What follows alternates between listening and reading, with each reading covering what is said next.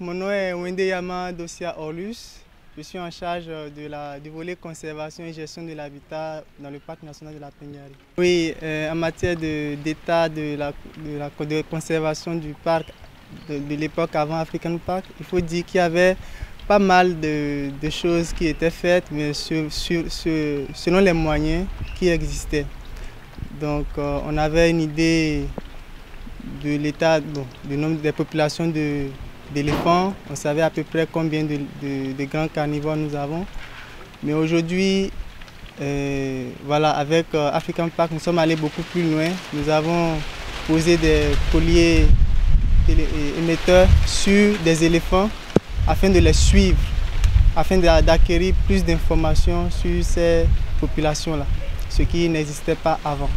Donc il faut dire que c'est de la volonté du gouvernement, du chef de l'État, qui voudrait faire de la Pendiari un pôle important pour le tourisme au Bénin. Donc, ce qui a amené à avoir plus de moyens, plus de capacités de la part du gestionnaire pour mener des actions de conservation au sein du parc par rapport à ce qui existait avant. J'ai parlé des éléphants, j'ai parlé des grands carnivores, donc le lion et le guépard.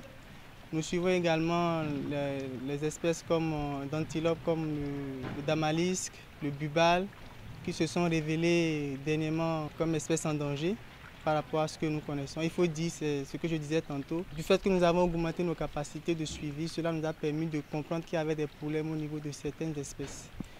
Et aussi, très important, il faut dire, à notre arrivée, nous avons enclenché le processus d'intégration de la zone qu'on appelle zone série au complexe Pendiari, qui était la seule zone limitrophe du parc qui n'était pas classée et qui était sujette à des actions et des pressions anthropiques fortes, ce qui menaçait à court terme la bonne préservation du parc.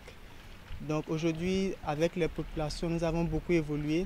Donc les communes, les mairies ont pris des arrêtés de classement et nous sommes à l'étape où la préfecture est en train de prendre un arrêté pour classer cette zone-là comme aire protégée. À partir de cela, nous savons que nous pouvons maintenir l'intégrité du complexe Pendiari. Oui, les éléphants sont en divagation, ce n'est pas d'aujourd'hui, ce n'est pas de notre époque. Il leur arrive de sortir des parcs. Et fort heureusement, nous avons posé des colliers sur 2 éléphants en Dali en novembre dernier. Et il s'est avéré que c'est les mêmes éléphants qui sont ressortis et qui sont allés aux mêmes endroits où nous les avions trouvés il y a 6 mois de cela. Donc c'est pour dire les éléphants, c'est dans leur comportement en fait. C'est des espèces migratrices qui parcourent de longues distances à la recherche de meilleures conditions. Mais ce qui est bon, c'est que ce n'est pas tous les éléphants, ce n'est pas la majorité, ce n'est qu'une partie sur les milliers d'éléphants que nous avons. C'est 2 sur les quelques 1500 éléphants que nous avons actuellement dans le parc.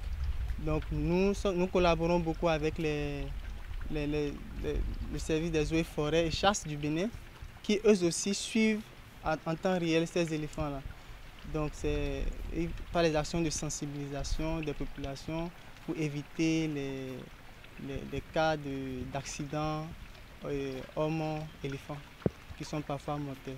Donc jusqu'à aujourd'hui, nous n'avons aucun cas signalé, nous n'avons que des dégâts et ça c'est géré par la direction générale des eaux et forêts, dont notamment la direction de Parakou, du Vorgou, qui a la juridiction de cette zone-là. Donc, ils le suivent et nous aussi nous les suivons et nous communiquons par rapport à leur progression. S'il faut une action ponctuelle, nous prenons la décision. Donc c'est ce que nous faisons actuellement.